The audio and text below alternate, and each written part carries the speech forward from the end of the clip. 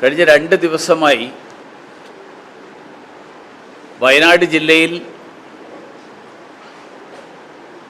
ജനവാസ മേഖലയിൽ ഒരു ആന ഇറങ്ങി അതിൻ്റെ പേരിൽ ഉണ്ടായിക്കൊണ്ടിരിക്കുന്ന ബുദ്ധിമുട്ടുകൾ അത് നമ്മളെല്ലാവരും കേരളത്തിലെ മാധ്യമങ്ങളിൽ മുഴുവൻ വലിയ ചർച്ചയായിരിക്കുകയാണ്. ഇത് വയനാട്ടിലെ ഒറ്റപ്പെട്ട ഒരു സംഭവമല്ല. തിരുവനന്തപുരം ജില്ലയിലെ മലയോര മേഖലകളിൽ വന്യമൃഗ ശല്യം കാരണം ആയിരക്കണക്കിന് കർഷകർ ബുദ്ധിമുട്ട് അനുഭവിക്കുന്ന വാർത്തകൾ മാധ്യമങ്ങൾ തന്നെ റിപ്പോർട്ട് ചെയ്തത് എനിക്കറിയാം. ഇന്നലെ മിനിയാന്ന് വീട്ടുമുറ്റത്ത് ഇട്ട് ഒരു മനുഷ്യനെ കാട്ടാന ചവിട്ടിക്കൊല്ലുന്ന ദൃശ്യം അത് കേരളത്തെ മുഴുവൻ ഞെട്ടിച്ചിട്ടുള്ള ഒരു കാര്യമാണ്. അങ്ങനെ ഏതാണ്ട് 10 ദിവസം മുമ്പാണ് ഒരാൾക്ക് കൂടി ജീവൻ നഷ്ടപ്പെട്ടത്. കഴിഞ്ഞ 8 വർഷത്തിനിടെ വന്യജീവി ആക്രമണത്തിൽ 909 പേർ കൊല്ലപ്പെട്ടു എന്നാണ് സംസ്ഥാന സർക്കാർ നിയമസഭയിൽ വെച്ചിട്ടുള്ള കണക്കുകൾ പറയുന്നത്. ഈ കൊലയാളിയായിട്ടുള്ള ആന ഇങ്ങനെ കറങ്ങി നടക്കുന്നു എന്ന് അത് വനം വകുപ്പിന് അറിയുന്നൊരു കാര്യമാണ്. പക്ഷേ ഒരു മുന്നറിയിപ്പും ജനങ്ങൾക്ക് നൽകിയിട്ടില്ല. ഇപ്പോൾ ഈ കറങ്ങി നടക്കുന്ന ആന കർണാടക സർക്കാർ റേഡിയോ കോളർ ഘടിപ്പിച്ചിട്ടുള്ള ആനയാണ്. അപ്പോൾ ആ ആന ഏത് പ്രദേശത്താണ് സഞ്ചരിക്കുന്നത്, എങ്ങോട്ടേക്കാണ് വരുന്നത് എന്നുള്ളതൊക്കെ ഈ വിവരങ്ങൾ ഒക്കെ സർക്കാരിനറിയാം. പക്ഷേ നമ്മുടെ വനം വകുപ്പ് മന്ത്രിക്ക് ഇതിനെക്കുറിച്ച് ഒരു ധാരണയില്ല എന്നാണ് എനിക്ക് തോന്നുന്നത്. അദ്ദേഹം അല്പം മുമ്പ് മാധ്യമങ്ങളോട് പറഞ്ഞതായിട്ട് ഞാൻ അറിഞ്ഞത് മുഖ്യമന്ത്രിയുടെ ഓഫീസ് ഇടപെട്ടു എന്നാണ്. മുഖ്യമന്ത്രിയുടെ ഓഫീസ് ആനയെ നിയന്ത്രിക്കുന്നത് മുഖ്യമന്ത്രിയുടെ ഓഫീസാണെന്നാണോ ധരിച്ചിരിക്കുന്നത് എന്ന് എനിക്കറിയില്ല. അപ്പോൾ ഇതുപോലെയുള്ള യാതൊരു ധാരണയുമില്ലാത്ത മന്ത്രിമാർ, സാമ്പത്തിക മേഖലയെക്കുറിച്ച് അറിയാത്ത ഒരാൾ ധനകാര്യ വകുപ്പിൻ്റെ മന്ത്രിയായിട്ടിരിക്കുന്നു. കേരളത്തിന് എത്ര കടം കിട്ടാനുണ്ട്, കേരളത്തിന് കണക്ക് കൊടുക്കാനുണ്ടോ, കേരളം കൊടുത്ത കണക്കിൻ്റെ അനുസരിച്ചിട്ടുള്ളതാണോ പണം കിട്ടിയിട്ടുള്ളത് കിട്ടാത്തത്, ഇതിനറിയാത്ത ഒരാൾ ധനകാര്യ വകുപ്പ്. വനം വകുപ്പിൻ്റെ കാര്യങ്ങൾ അറിയാത്ത ഒരു മന്ത്രി വനം വകുപ്പിൻ്റെ ചുമതല.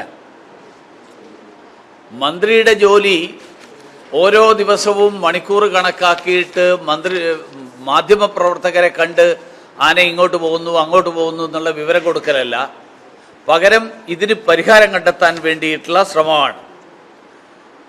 ഈ മരിച്ച അജീഷിൻ്റെ അച്ഛൻ ആവശ്യപ്പെട്ടിട്ടുള്ളത് ഈ മന്ത്രിയെ പുറത്താക്കണം എന്നാണ്. കാരണം ഏറ്റവും ചുരുങ്ങിയത് കേരളത്തിലെ ജനങ്ങളുടെ നികുതിദായകരുടെ പണം നഷ്ടപ്പെടുന്നതെങ്കിലും ഒഴിവായി കിട്ടും.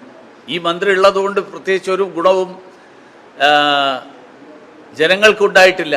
അപ്പോൾ അങ്ങനെ ഒരു മന്ത്രിയെ നികുതിദായകരുടെ പണം കൊണ്ട് തീറ്റിപ്പോറ്റേണ്ട ആവശ്യമുണ്ടോ എന്നുള്ളതാണ് കേരളത്തിലെ ജനങ്ങളുടെ മുന്നിലുള്ള ചോദ്യം. കഴിഞ്ഞ 10 വർഷത്തിനിടയിൽ കേന്ദ്ര സർക്കാർ വന്യമൃഗ ശല്യം നേരിടാൻ കേന്ദ്ര സർക്കാർ നൽകിയിട്ടുള്ള പണം, ആ പണം എന്ത് ചെയ്തു എന്ന് സംസ്ഥാന സർക്കാർ വ്യക്തമാക്കണം. പ്രൊജക്റ്റ് എലിഫന്റ് എന്നുള്ള പേരുള്ള ഒരു പദ്ധതി പ്രത്യേകിച്ച് ആനയും മനുഷ്യരും തമ്മിലുള്ള സംഘർഷം കുറയ്ക്കാനും 2 ജീവിവർഗങ്ങളുടെയും താല്പര്യങ്ങൾ കൈകാര്യം ചെയ്യാനും ഒക്കെ വേണ്ടിയിട്ടുള്ള ഒരു പ്രൊജക്റ്റാണ് പ്രൊജക്റ്റ് എലിഫന്റ്. ആ പദ്ധതിയിൽ പറഞ്ഞിട്ടുള്ള നിർദ്ദേശങ്ങൾ, ആ നിർദ്ദേശങ്ങളുടെ ഭാഗമായിട്ട് എത്ര സ്ഥലങ്ങളിൽ വൈദ്യുതി വേലി കെട്ടി, എത്ര സ്ഥലങ്ങളിൽ കിടങ്ങു കുഴിച്ചു, വനത്തിനുള്ളിൽ മൃഗങ്ങൾക്ക് തീറ്റ ലഭ്യമാക്കാനുള്ള സംവിധാനങ്ങൾ എന്തൊക്കെ ചെയ്തു, ഇതൊക്കെ സർക്കാർ വിശദീകരിക്കണമെന്നാണ് എനിക്ക് ആവശ്യപ്പെടാനുള്ളത്. മറ്റ് സംസ്ഥാനങ്ങളുമായിട്ട് ഏകോപിപ്പിച്ചുകൊണ്ട് ഈ വന്യമൃഗങ്ങളുടെ മറ്റ് സംസ്ഥാനങ്ങളിൽ നിന്ന് ഇങ്ങോട്ടേക്കുള്ള നീക്കം, ആ നീക്കത്തിൻ്റെ കാര്യത്തിൽ അത് സംബന്ധിച്ചിട്ടുള്ള ഏകോപനത്തിലുള്ള നടപടികൾ, ആ നടപടികൾ സർക്കാരിൻ്റെ ഭാഗത്ത് നിന്ന് എന്താ ഉണ്ടായിട്ടുള്ളത്? ഈ ചീഫ് കൺസർവേറ്റർ ഓഫ് ഫോറസ്റ്റ് ഈ കഴിഞ്ഞ 7-ാം തീയതിയാണ് പറഞ്ഞത് കേരളത്തിൻ്റെയും കർണാടകത്തിൻ്റെയും ഒക്കെ ആ അതിർത്തിയിൽ നിന്ന് ഈ ആന ഇങ്ങനെ കറങ്ങി നടക്കുന്നു. രണ്ട് സംസ്ഥാനത്തെയും വനമന്ത്രിമാർ മോദിക്കെതിരെ സമരം ചെയ്യാൻ 7-8 തീയതികൾ ഡൽഹിയിലുണ്ടായിരുന്നു.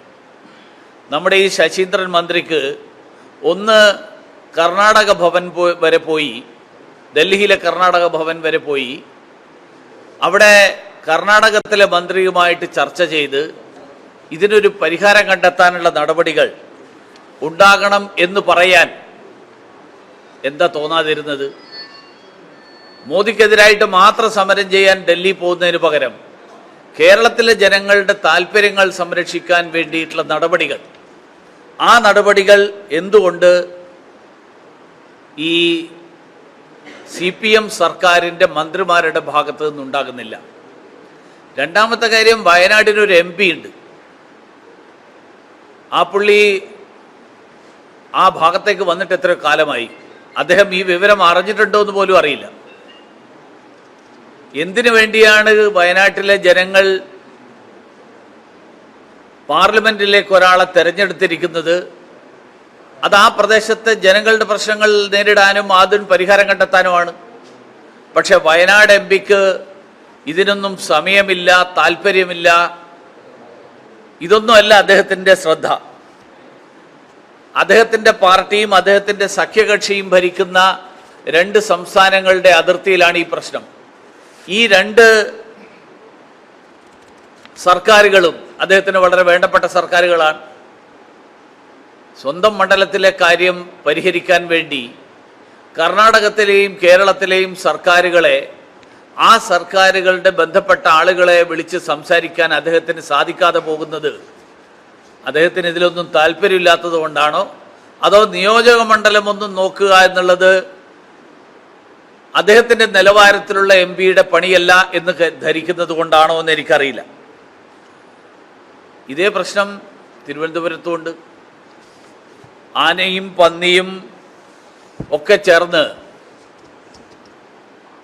ഈ നമ്മുടെ മലയോര മേഖലയിലെ കർഷകരുടെ ജീവിതം, ആ ജീവിതം ദുരിതപൂർണമാക്കിയിരിക്കുകയാണ്. സംസ്ഥാന സർക്കാർ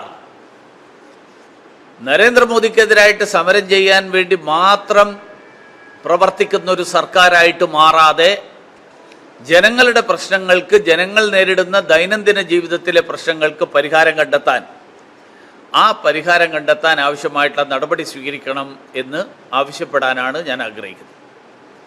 രണ്ടാമത്തെ കാര്യം, കഴിഞ്ഞ ദിവസം മാധ്യമങ്ങളിൽ വന്നിട്ടുള്ളൊരു വാർത്തയനുസരിച്ച് ലോക്സഭാ തെരഞ്ഞെടുപ്പിന് മുന്നോടിയായിട്ട് കീഴ്ഘടകങ്ങൾക്ക് നൽകിയ രേഖയിൽ CPM എക്സാലോജിക്കിനെ ന്യായീകരിച്ചുകൊണ്ട് എന്തൊക്കെ കാര്യങ്ങൾ പറയണം എന്ന് പാർട്ടിയുടെ പ്രവർത്തകർക്ക് നിർദ്ദേശം നൽകി എന്നുള്ളൊരു വാർത്ത കണ്ടു. എനിക്ക് സത്യത്തിൽ മാർക്സിസ്റ്റ് പാർട്ടിയുടെ പ്രവർത്തകരോട് വലിയ സഹതാപമുണ്ട്.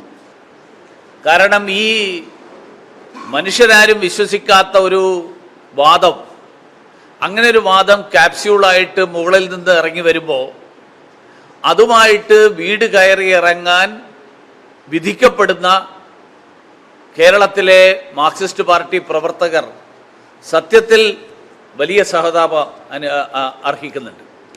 കാരണം അവർക്ക് തന്നെ അറിയാം ഇത് ആരോടും പറഞ്ഞാൽ വിശ്വസിക്കാത്ത കാര്യമാണെന്ന്. കാരണം മുഖ്യമന്ത്രി പറഞ്ഞത് 1.25 കോടിയുടെ കൈക്കൂലി വാങ്ങിയതിനെ സംബന്ധിച്ച് ഈ വാർത്ത പത്രങ്ങളിൽ വന്നപ്പോൾ നിയമസഭയിൽ കുഴൽനാടൻ ഈ പ്രശ്നം ഉന്നയിച്ചപ്പോൾ മുഖ്യമന്ത്രി പറഞ്ഞത് 2 കമ്പനികൾ തമ്മിലുള്ള കരാറാണെന്നാണ്. പക്ഷെ അത് ബന്ധപ്പെട്ട വകുപ്പുകൾക്കാർക്കും ബോധ്യമായില്ല. കാരണം കമ്പനികൾ തമ്മിലുള്ള കരാറാണെങ്കിൽ എന്ത് സേവനം നൽകിയതിനാണ് ഈ പണം വാങ്ങിയത് എന്ന് സേവനം നൽകിയ കമ്പനിയും എന്ത് സേവനം കിട്ടിയതിനാണ് ഇത് കൊടുത്തത് എന്ന് കൊടുത്ത കമ്പനിയും പറയാൻ പറ്റണം. ഇവർക്ക് 2 പേർക്കും ഇത് പറയാൻ പറ്റിയിട്ടില്ല. ഇവർക്ക് 2 പേർക്കും പറയാൻ പറ്റാത്തത് കൊണ്ടാണ് SFIOയുടെ മുന്നിൽ ഈ അന്വേഷണം എത്തിയത്. SFIO നോട്ടീസ് കൊടുത്തു. SFIO ഈ കരിമണൽ കമ്പനിയിൽ പരിശോധന നടത്തി.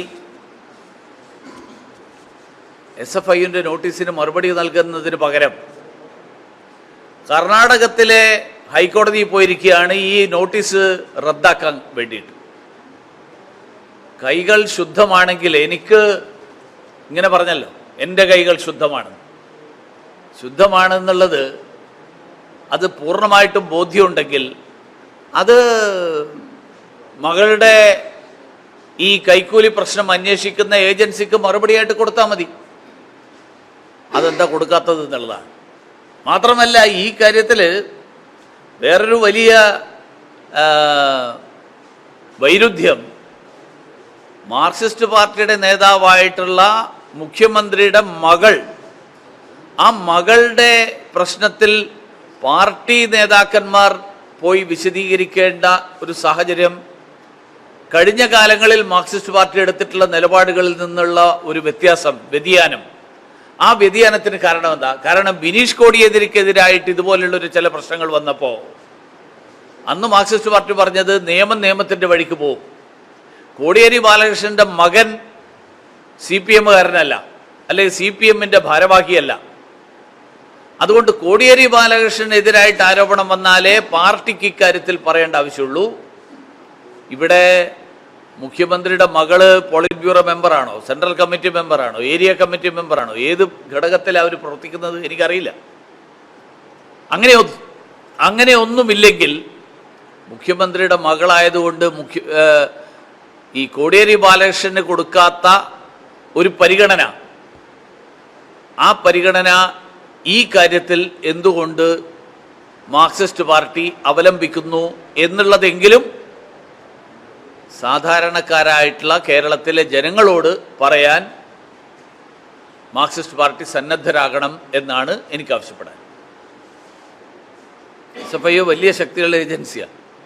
SFIOയുടെ അന്വേഷണത്തിൽ SFIOക്ക് അന്വേഷിച്ച് ബോധ്യമാകാത്തതോ അല്ലെങ്കിൽ കൂടുതൽ അന്വേഷണം ആവശ്യമുള്ളതോ ആയിട്ടുള്ള കാര്യങ്ങൾ വരികയാണെങ്കിൽ SFIOയുടെ അധികാരമുണ്ട് മറ്റ് ഏജൻസികൾക്ക്, ഉദാഹരണത്തിന് PMLA പോലെയുള്ള വകുപ്പുകൾ ചുമത്താൻ ഉള്ള സാഹചര്യമുണ്ട് എങ്കിൽ SFIOക്ക് പൂർണ്ണ അധികാരമുണ്ട്. അത് ബന്ധപ്പെട്ട ഏജൻസികൾക്ക് റെഫർ ചെയ്യാം. അത് VD സതീശൻ്റെ തേഞ്ഞ ആരോപണമല്ലേ? VD സതീശനോട് ഞാൻ ചോദിച്ച ചോദ്യത്തിന് ഇപ്പോഴും VD സതീശൻ മറുപടി പറഞ്ഞിട്ടില്ല. കർണാടക സർക്കാർ എന്തുകൊണ്ട് CBI അന്വേഷണത്തിന് ശുപാർശ ചെയ്തില്ല? ഈ കമ്പനി കർണാടകത്തിലാണ്, എക്സാലോജിക്ക് കർണാടകത്തിലല്ലേ? സതീശൻ കർണാടക മുഖ്യമന്ത്രിയോടും കോൺഗ്രസിൻ്റെ കേന്ദ്ര നേതൃത്വത്തോടും ആവശ്യപ്പെട്ടുകൊണ്ട് കർണാടക ഗവൺമെൻറ് CBI അന്വേഷണത്തിന് ശുപാർശ ചെയ്യാമായിരുന്നില്ലേ? പിന്നെ ഒത്തുതീർപ്പ് ആര് തമ്മിലാണ്? ഒത്തുതീർപ്പ് BJPയും CPM-ഉം തമ്മിൽ ഒരു ഒത്തുതീർപ്പുമില്ല. കാരണം CPM-നെതിരായിട്ട് ഏറ്റവും ശക്തമായിട്ട് നിലപാടെടുക്കുന്നത് BJP-യാണ്. കോൺഗ്രസിനെതിരായിട്ടും ഏറ്റവും ശക്തമായിട്ടുള്ള നിലപാടെടുക്കുന്നത് BJP-യാണ്. CPM-ഉം കോൺഗ്രസല്ലേ ഇന്ത്യ സഖ്യത്തിലെ സഖ്യകക്ഷികൾ. മാത്രമല്ല, കേരളത്തിൽ വിജയൻ ഭരിക്കട്ടെ, കേന്ദ്രത്തിലേക്ക് നിങ്ങൾ കുറച്ച് MP-മാരെ തെരഞ്ഞെടുത്ത് അയക്കണം. ഈ ധാരണ യെച്ചൂരിയും രാഹുൽ ഗാന്ധിയും തമ്മിലുണ്ടാക്കിയിരിക്കുകയാണ്. അപ്പോൾ ഇവിടെ നമ്മുടെ സതീശൻ എത്ര വെള്ളം കോരിയാലും വിശേഷിച്ച് പ്രയോജനം ഉണ്ടാവില്ല എന്നുള്ള കാര്യം കേന്ദ്രത്തിൽ തീരുമാനമായിട്ടുണ്ട്. BJPക്ക് അങ്ങനത്തെ ഒരു ധാരണയില്ല. അതുകൊണ്ടാണ് ഈ അന്വേഷണം നടക്കുന്നത്. മുഖ്യമന്ത്രിയുടെ മകൾക്ക് സമൻസ് അയച്ചല്ലോ വിവരങ്ങൾ കൊടുക്കാൻ. പിന്നെ എന്ത് ധാരണയുണ്ടാവുക? ധാരണയുണ്ടെങ്കിൽ മുഖ്യമന്ത്രിയുടെ മകൾക്ക് നോട്ടീസ് അയക്കും. സ്വർണ്ണക്കടത്ത് അന്വേഷണം എവിടെ എത്തിയെന്ന് ധരിക്കുന്നത്? അല്ലല്ല, സ്വർണ്ണക്കടത്തിൽ ശിവശങ്കരൻ അകത്ത് കിടന്നത് എന്തുകൊണ്ടാ? അന്വേഷണം നടന്നുകൊണ്ടല്ലേ, അന്വേഷണത്തിന്റെ ഭാഗമായിട്ടല്ലേ. ആ കേസ് അവസാനിപ്പിച്ചോ? അവസാനിപ്പിച്ചിട്ടില്ലല്ലോ. അപ്പൊ കേസ് നടക്കുന്നത് ഒത്തുതീർപ്പാണെന്ന് പറയുകയാണെങ്കിൽ അപ്പൊ പിന്നെ കേസ് തന്നെ ഒഴിവാക്കല്ലേ വേണ്ട? ഞങ്ങൾ കേസ് ഒഴിവാക്കിയിട്ടില്ല. കേസ് അങ്ങനെ തന്നെ ഉണ്ട്. കേസിന്റെ അന്വേഷണം നടക്കുന്നു. അതിൽ ഏറ്റവും പ്രധാനപ്പെട്ട പ്രതിയായിട്ടുള്ള ആള് അകത്ത് കിടന്നു 3 മാസം. ബാക്കി കാര്യങ്ങൾ ഇനി വരും. അത് വരുമ്പോൾ നിങ്ങൾക്ക് മനസ്സിലാവും. ഇപ്പൊ ഈ കേസിലും നിങ്ങളെല്ലാവരും ആദ്യം ധരിച്ചിരുന്നത് എന്താ? ഇതൊന്നും നടക്കില്ല എന്നാണ്. ഇപ്പൊ നടക്കുന്നില്ലേ?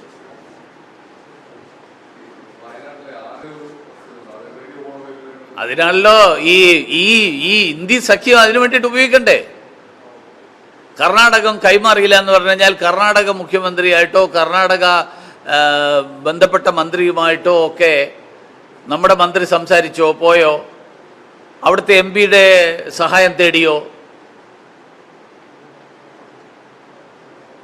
അതാണ് ഞാൻ ചോദിക്കുന്നത്. ജനങ്ങളോട് പ്രതിബദ്ധതയുണ്ടെങ്കിൽ ഈ കാര്യം ചെയ്യണം. അതല്ലാതെ മോദിക്കെതിരായിട്ട് സമരം ചെയ്യാൻ വേണ്ടി മാത്രമാണ് സഖ്യമെങ്കിൽ ശരി. മോദിക്കെതിരായിട്ട് സമരം ചെയ്തിട്ട് ഒരു പ്രയോജനമില്ല എന്നുള്ള കാര്യം ഇപ്പോൾ മനസ്സിലാക്കിക്കൊണ്ടിരിക്കുകയാണ് ഓരോ സംസ്ഥാനം. അല്ല, ഇങ്ങനെ ഒരു നിയന്ത്രണവും ഇല്ല, ഒരു കാര്യവും അറിയില്ല, അങ്ങനെ ഒരു മന്ത്രി കൊണ്ട് എന്താ പ്രയോജനം? കേരളത്തിലെ ജനങ്ങളുടെ നികുതി പണത്തിലല്ലേ ഇവരെല്ലാവരും കാര്യങ്ങൾ നടത്തിക്കൊണ്ടുപോകുന്നത്. ജനങ്ങളിങ്ങനെ നികുതി 1600 രൂപ പെൻഷൻ കൊടുക്കാനില്ല എന്ന് പറയുന്നു. മന്ത്രിക്ക് വേണ്ടി ദിവസം 1600 16,000 രൂപ അതിനേക്കാൾ കൂടുതൽ ചിലവാക്കല്ലേ? എന്തിനും അങ്ങനെ ഒരു മന്ത്രി ആവശ്യമില്ലല്ലോ. ഈ വകുപ്പ് തന്നെ വേറെ ഇറങ്ങി ഒരാളെ ഏൽപ്പിച്ചു കൊടുത്തിട്ട് പറ്റുന്ന രീതിയിൽ ഇതിൽ കൂടുതൽ ഇനിയിപ്പോൾ ഒന്നും സംഭവിക്കാനില്ലല്ലോ. അല്ലല്ല, ഈ കൊടുത്ത പദ്ധതിയുടെ പണം ചെലവാക്കിയിട്ടില്ല. ആ കൊടുത്ത പദ്ധതിയുടെ പണം ചെലവാക്കാതെ ഇനിയും ഞങ്ങൾ പുതിയ പദ്ധതി ഉണ്ടാക്കാൻ പോവുകയാണെന്ന് പറഞ്ഞിട്ട് കൊണ്ടുപോയി കൊടുത്തപ്പോഴാണ് കേന്ദ്രം പറഞ്ഞത് ആദ്യം കൊടുത്തതിൻ്റെ ചെലവാക്കാദ്യം, അത് നടപ്പിലാക്കി കഴിഞ്ഞിട്ട് അടുത്ത കാര്യം. കഴിഞ്ഞ നിയമസഭകളിൽ തന്നെ നിയമസഭാ സമ്മേളനങ്ങളിൽ ഈ വിവരം മുഴുവൻ പുറത്തു വന്നതാണ്. 48 കോടിയോ 50 കോടിയോ പൈസ കൊടുത്തിട്ട് ആ പണം ചെലവഴിച്ചിട്ടില്ല. ഇപ്പോഴും കൊടുത്ത പണം ചെലവഴിക്കാത്ത നിരവധി പദ്ധതികളുണ്ട് ഈ കേരളത്തിലെ. ഇത് മാത്രമല്ല, പട്ടികവർഗ മേഖല, ആദിവാസി വിഭാഗങ്ങൾ താമസിക്കുന്നതല്ലേ, അവർക്ക് വേണ്ടിയിട്ട് കൊടുത്തിട്ടുള്ള നിരവധി വലിയ തുക ചെലവഴിക്കാതെ വെച്ചിരിക്കുകയാണ്. അത് ലാപ്സാവും. ഇതിപ്പോൾ ഫെബ്രുവരി മാസമായി. ഫെബ്രുവരി മാസമായിട്ടും പട്ടികവർഗ ക്ഷേമത്തിന് വേണ്ടിയിട്ട് കൊടുത്ത പണം ചെലവാക്കിയിട്ടില്ല. മലയോര മേഖലയിൽ കർഷകർക്ക് പ്രയോജനപ്പെടുന്ന രീതിയിൽ ആവശ്യമായിട്ടുള്ള നടപടികൾ എടുക്കാൻ വേണ്ടിയിട്ട്, വന്യജീവി ശല്യം തടയാൻ വേണ്ടിയിട്ട് ഒക്കെ കിടങ്ങ് ഒഴിക്കാൻ, കമ്പിവേലി കെട്ടാൻ, വൈദ്യുതി വേലി കെട്ടാൻ എന്നൊക്കെ പറഞ്ഞിട്ട് കൊടുത്തിട്ടുള്ളത്. കേന്ദ്രത്തിൻ്റെ നിയമം മാറ്റാൻ, ക്ഷുദ്രജീവിയായിട്ട് പ്രഖ്യാപിച്ചതുകൊണ്ട് അവർക്ക് ഈ ബോർഡ് കാണിച്ചു കൊടുക്കുക, നിങ്ങൾ ക്ഷുദ്രജീവിയാണെന്ന് പറഞ്ഞിട്ട്. അപ്പോൾ ആ ജീവി തിരിച്ചു പോകും. സർക്കാരിൻ്റെ ഭാഗത്ത് നിന്ന് നടപടിയല്ലേ ഉണ്ടാവേണ്ടത്? അല്ല, തെരഞ്ഞെടുപ്പിന് മുൻപും പിൻപും ഒക്കെ നടക്കുമല്ലോ. അതായത് കഴിഞ്ഞ തെരഞ്ഞെടുപ്പിന് ശേഷമാണ് ഇത് കൊണ്ടുവന്നത്. ഇനി വരാൻ പോകുന്ന തെരഞ്ഞെടുപ്പിന് മുമ്പാണ്. എപ്പോഴും അങ്ങനെ ആയിരിക്കുമല്ലോ. തെരഞ്ഞെടുപ്പിന് മുൻപ് പിൻപ് എന്ന് പറഞ്ഞിട്ടൊരു കാര്യമൊന്നുമില്ല. ജനങ്ങൾ ബുദ്ധിമുട്ട് അനുഭവിക്കുമ്പോൾ ആ ബുദ്ധിമുട്ടിന് പരിഹാരം കണ്ടെത്താൻ തെരഞ്ഞെടുപ്പ് വരുന്നുണ്ടോ ഇല്ലയോ എന്ന് നോക്കാതെ നടപടിയെടുക്കുക എന്നുള്ളതാണ് കേന്ദ്ര സർക്കാരിൻ്റെ നയം. തെരഞ്ഞെടുപ്പ് വരുന്നുണ്ട്, അതുകൊണ്ട് ആൾക്കാരൊക്കെ പട്ടിണി കിടന്നോട്ടെ, ബുദ്ധിമുട്ടിക്കോട്ടെ, പണമില്ലെങ്കിലും അവർ അരി വാങ്ങണ്ട എന്ന് തീരുമാനം എടുക്കാൻ പറ്റില്ല.